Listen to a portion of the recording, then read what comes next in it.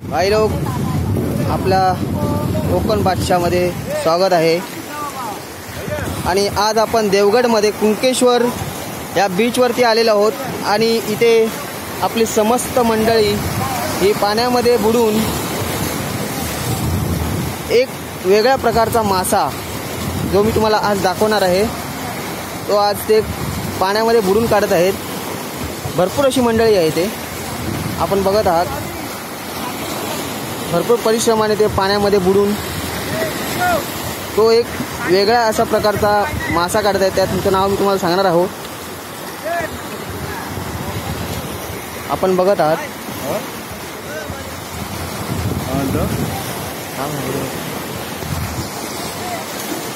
हा पूर्णपणे असा पूर्ण कातळी भाग आहे। कातळी भाग आहे पूर्णपणे, हा खडकाने पूर्णपणे कव्हर झालेला। तो मुलगा घेऊन येतो आहे तिथून, मला आता दाखवतो मी। इथे फोडण्याचं काम चालू आहे। भाई याला काय म्हणतात? कलाच। कलाच असं या माशाचं नाव आहे। हा बघा, हा असा मासा असतो आणि फोडून त्यामध्ये हा असा गर निघतो पिवळ्या कलरचा। याला काय म्हणतात काढल्यानंतर? मेरावळ। मेरावळ असं म्हणतात। हे बघा, आत्ता जस्ट पाण्यामधून हे घेऊन आलेले टोपली भरून। हा बघा, पूर्ण काटेरी असतो हा पूर्णपणे। हा बघा, पूर्णपणे काटेरी असतो हा आणि खायला एकदम टेस्टी असतो।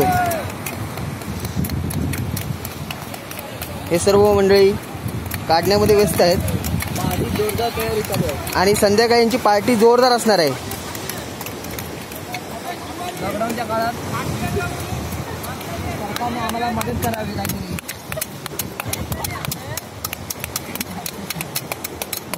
हा बघा, बघा काढल्यानंतर असा आतमध्ये असा गर असतो पिवळ्या कलरचा। हा बघा,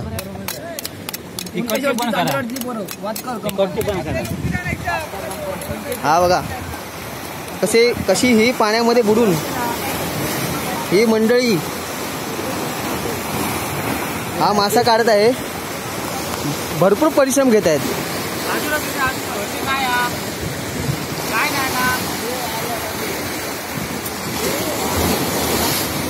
फुल उत्साह आनंद व्यक्त करत ते काढत आहेत।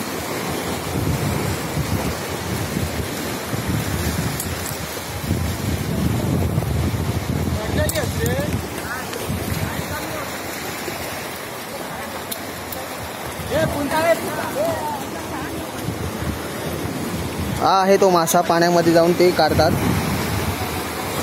ह्या माशामध्ये तो गर असतो पिवळ्या कलरचा।